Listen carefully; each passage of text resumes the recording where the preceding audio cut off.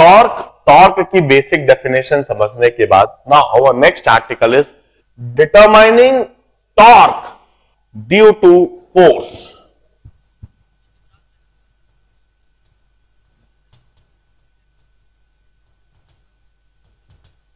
Determining torque about axis due to force. किसी भी force की वजह से एक्सिस के अबाउट टॉर्क डिटरमाइन करने का तरीका, अलग अलग तरीके. देखिए, we may have various cases. जिस फोर्स की वजह से हम टॉर्क डिटरमाइन करना चाह रहे हैं वह फोर्स कोप्लेनर भी हो सकती है और नॉन कोप्लेनर भी हो सकती है. मैं एक एक करके सभी केसेस बताऊंगा. सबसे पहले case 1, coplanar force. Case 1, if force is coplanar. Now, what do you mean by this? ये जो मैंने स्टेटमेंट लिखा इसका क्या मतलब है?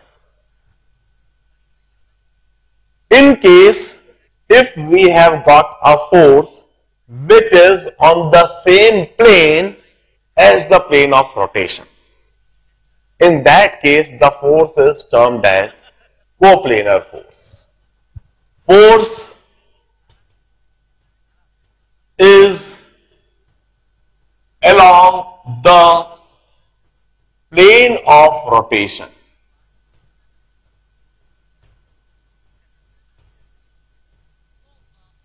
Force is along the plane of rotation. इस सिचुएशन में हम उस फोर्स की वजह से टॉर्क कैसे डिटरमाइन करेंगे? देखिए, मैं सिचुएशन ड्रॉ करता हूं. This is the body free to move on the plane of board. The body is fixed at point O. Now the body is free to rotate on the plane of board about an axis passing through O perpendicular to board. अब यह कोई point है, यह point जो कि R की दूरी पर है. इस पॉइंट पर इस तरह से किसी प्लेन पर कोई फोर्स लगाया जा रहा है. मुझे इस फोर्स की वजह से टॉर्क डिटरमाइन करना है. ध्यान रहे, basic expression of torque is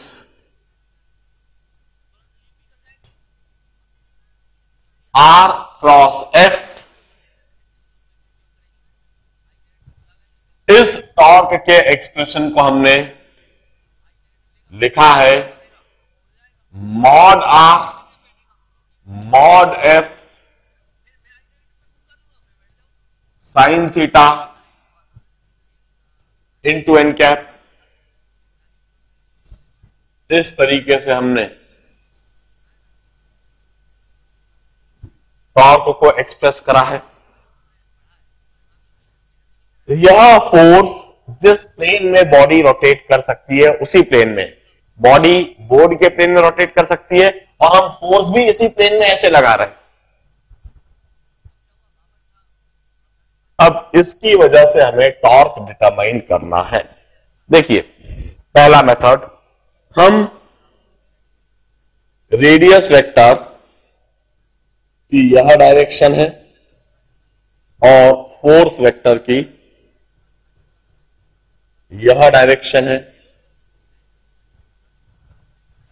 angle theta सोचने के लिए, एंगल थीटा समझने के लिए दोनों वेक्टर्स को ट्रांसलेट करके उनकी टेल एक पॉइंट पर लाना जरूरी होता है, तब आप एंगल थीटा को सही तरीके से सोच पाते हो. एंगल थीटा को सोचने के लिए हर बार आपको यह चीज ड्रॉ करके देखने की आवश्यकता नहीं है. आप इतनी प्रैक्टिस कर लोगे कि यह सिचुएशन आपके दिमाग में ही बनने लगेगी. हम रेडियस वेक्टर को इस तरह से आगे ट्रांसलेट करें, फोर्स वेक्टर को इस तरह से आगे ट्रांसलेट करें, सो दैट दोनों वेक्टर की टेल एक पॉइंट पर आ जाए। इस एंगल को हम एंगल थीटा कहते हैं। This is angle theta.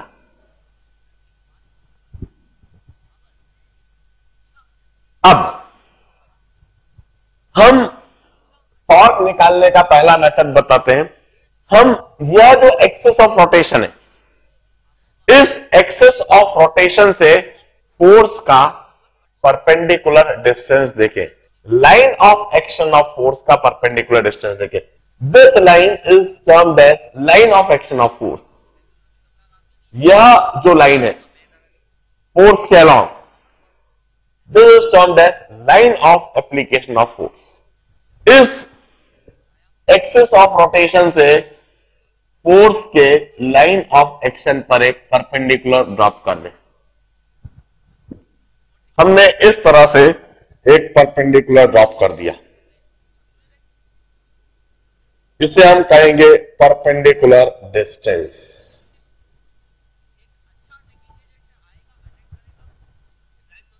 इसे हम कहेंगे परपेंडिकुलर डिस्टेंस। और यह वर्टिकली अपोजिट, यह एंगल थीटा होगा।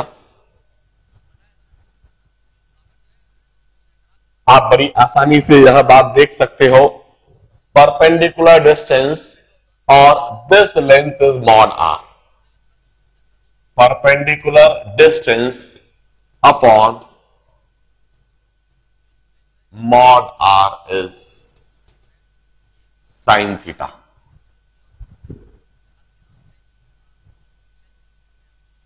Means perpendicular distance is mod r sin theta. इस mod r sin theta के लिए मैं perpendicular distance लिख दूंगा। This is one of the method of determining torque. It's perpendicular distance of force vector into magnitude of force vector into n cap.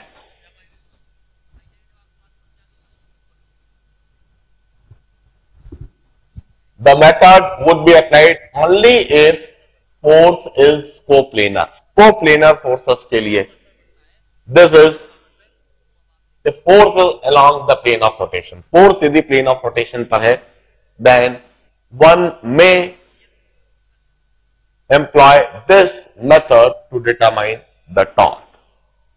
इस method में हमने force के साथ में कोई छेड़छाड़ नहीं करी है, फोर्स वेक्टर के साथ में कोई छेड़छाड़ नहीं करी है। फोर्स वेक्टर जिस डायरेक्शन में था, जैसा था बिल्कुल वैसा का वैसे रखा। उसका पॉइंट ऑफ एक्शन, उसका लाइन ऑफ एक्शन, उसमें कोई गड़बड़ी नहीं करी। जितना फोर्स था, जितनी मैग्नीट्यूड में था, जिस पॉइंट पर लग रहा था, जो लाइन ऑफ एक्शन था, वो ऐसा कैसे रखा। हमने जो देखा है वो यह देखा है कि एक्सिस ऑफ रोटेशन से फोर्स का लाइन ऑफ एक्शन कितना परपेंडिकुलर डिस्टेंस पर है। What is the perpendicular distance of the force from the axis of rotation. और उस परपेंडिकुलर डिस्टेंस को हमने मैग्नीट्यूड ऑफ फोर्स के साथ मल्टीप्लाई कर दिया। This would give me the torque. N cap would give me the direction of torque and magnitude of torque would be given by perpendicular distance into force. अब हम कहते हैं यदि यह फोर्स इस तरह से लग रहा है, यदि यह फोर्स इस तरह से लग रहा है, हम टॉर्क की डायरेक्शन को समझने के लिए सीधे हाथ की उंगलियों को रेडियस वेक्टर से फोर्स वेक्टर की तरफ जब घुमाएंगे तो हमारा अंगूठा बाहर की तरफ होएगा। वी यूज टू से this torque is along the axis perpendicular to board, outward the board. It's outward the board. We also call it a anti-clockwise torque. हम इसको anti-clockwise torque भी कहेंगे। हम इसे anti-clockwise torque इसलिए कहेंगे because this force would rotate the body in anti clockwise direction. इस force की वजह से बॉडी पर जो टॉर्क लग रहा है, उस टॉर्क की वजह से यह बॉडी एंटी क्लॉकवाइज डायरेक्शन में रोटेट करेगी about this axis. Since this force would rotate the body in anti-clockwise direction, hence we also call it anti-clockwise torque. और anti-clockwise torque हमेशा outward the board ही होएगा यदि हम इस कॉन्फ़िगरेशन में इस तरीके से ड्रॉ करें तो। अब this is method 1 for determining torque. We have got another method for determining torque due to the same force. इसी सिचुएशन में एक और मेथड हो सकता है, जरा देखिए। वंस अगेन मैं वही कंडीशन ड्रॉ कर रहा हूं। A body free to move on the plane of board, fixed at point O. Now the body is free to rotate on the plane of board about an axis passing through O perpendicular to board. Now this is the point. इस point पर हम force लगाएंगे। इस point का यह radius vector है, this is the radius vector, और इस पॉइंट पर यह फोर्स इस तरह से लगाया जा रहा है। This is the force vector. अब वंस अगेन हम क्या करते हैं इस केस में, पहले रेडियस वेक्टर और फोर्स वेक्टर के बीच में एंगल थीटा समझ लें। एंगल थीटा समझने के लिए रेडियस वेक्टर को हमने आगे बढ़ा दिया और फोर्स वेक्टर को भी हमने आगे बढ़ा दिया।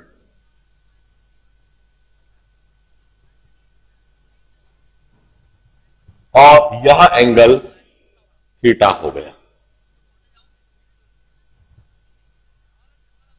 अब हम क्या करते हैं, दूसरे मेथड में अब हम रेडियस वेक्टर के साथ में कोई छेड़छाड़ नहीं करेंगे। दूसरे मेथड में हम फोर्स वेक्टर को रिजॉल्व करेंगे। यह जो फोर्स वेक्टर है इस डायरेक्शन में, इस फोर्स के हम दो कंपोनेंट ले लेते हैं। एक component along the radius vector होएगा जिसको हम FR लिख देते हैं, और एक component perpendicular to radius vector होएगा जिसको हम FP लिख देते हैं। FR is radial component of force. FR जो थीटा के साथ में है, this would be mod F cos theta, and this would be called radial component of force. Radial component of force. और FT जो रेडियस के परपेंडिकुलर है, this would be equal to mod F sin theta, and this mod F sin theta we'll call it tangential component of force. Tangential component of force. अब मैं इस आधार पर torque को एक और बार लिख देता हूं। Torque is mod R mod F sin theta. mod F sin theta, mod F sin theta की वजह से हम लिख देंगे, mod F sin theta को हम लिख देंगे tangential component of force. And I may rewrite torque in this manner. Torque may be written as mod R into tangential component of force into n cap.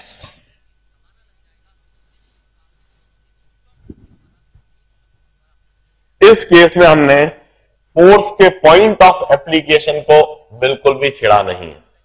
Point of application जहां है जैसा है बिल्कुल वहीं का वहीं रखा है, उस पॉइंट ऑफ एप्लीकेशन का जो डिस्टेंस है उसका मैग्नीट्यूड को देख लिया, और जो फोर्स वेक्टर है उसको हमने रिजॉल्व कर लिया। हमने कहा फोर्स का जो रेडियल कंपोनेंट है उसकी वजह से कोई टॉर्क नहीं होता, फोर्स का जो टेंजेंशियल कंपोनेंट है वह कंपोनेंट जो रेडियस के परपेंडिकुलर है उसकी वजह से टॉर्क होता है। And torque on the body is mod r means magnitude of the distance of point of application into the tangential component of force. In case 1, this would be the two methods to determine the torque due to a force. मैं दोबारा बता दूं स्थिति क्या थी। Case 1 में force coplanar होना चाहिए। हमने यह बात देख ली कि फोर्स बॉडी पर उसी प्लेन पर लग रही है जिस प्लेन पर बॉडी का रोटेशन हो रहा है, कोप्लेनर फोर्स है, force is along the plane of rotation. इस केस में टॉर्क निकालने का पहला तरीका, फोर्स का परपेंडिकुलर डिस्टेंस देख लीजिए और परपेंडिकुलर डिस्टेंस को फोर्स से मल्टीप्लाई कर दीजिए, that would be the torque. N cap का डायरेक्शन देखने के लिए सिंपल सा देखिए, रेडियस वेक्टर से फोर्स वेक्टर की तरफ उंगलियों को घुमाइए और देख लीजिए टॉर्क आउटवर्ड द बोर्ड है या इनटू द बोर्ड है, एक्सिस के अलोंग, आउटवर्ड द एक्सिस या इनटू द एक्सिस। इसे हम ऐसे भी बोल सकते हैं क्लॉकवाइज टॉर्क या एंटी क्लॉकवाइज टॉर्क। दूसरे केस में भी, इस केस में magnitude of distance into tangential component of force. अब ऐसा नहीं है कि हम कोई सा मेथड एम्प्लॉय कर सकेंगे हर सिचुएशन में। कहीं किसी जगह पर आप पाओगे कि यह मेथड ज्यादा इजी है, यह तरीका ज्यादा इजी है। जब आप परपेंडिकुलर डिस्टेंस आसानी से देख सकोगे तो यह मेथड एम्प्लॉय करोगे, और कई बार आप परपेंडिकुलर डिस्टेंस तो आसानी से नहीं देख पाओगे मगर फोर्स को आसानी से रिजॉल्व कर पाओगे। तो ये तो हम सिचुएशन टू सिचुएशन देखेंगे कि किसी फोर्स के लिए आपको उसको रिजॉल्व करना ज्यादा आसान लग रहा है या उसका परपेंडिकुलर डिस्टेंस देखना ज्यादा आसान लग रहा है। जहां परपेंडिकुलर डिस्टेंस देखना ज्यादा आसान लगे वहां यह मेथड लगा दो, और जहां फोर्स को रिजॉल्व करना ज्यादा आसान लगे वहां यह मेथड लगा दो। मैं जो शीट दूंगा उसमें अलग अलग फोर्सेस की वजह से आपको टॉर्क निकालने के लिए कहा जाएगा, और आप स्वयं उस समय सोचोगे कि कौन सा मेथड इन दोनों में से ज्यादा कंफर्टेबल किस केस में लग रहा है। अलग अलग केस में कहीं यह मेथड कंफर्टेबल लगेगा, कहीं यह मेथड कंफर्टेबल लगेगा। नाउ कोप्लेनर फोर्सेस की वजह से टॉर्क देखने के बाद अब मैं केस 2 कराता हूं। If force is perpendicular to plane of rotation, case 2।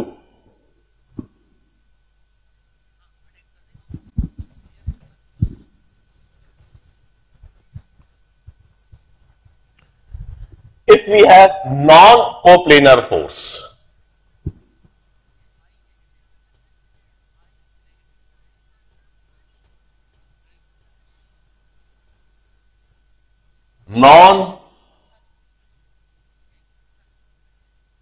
non-coplanar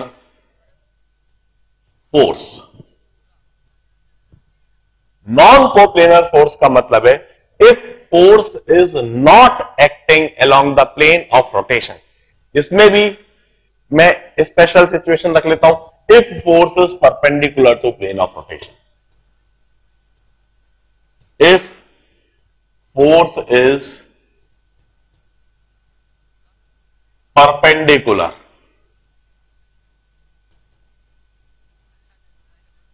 to plane of rotation,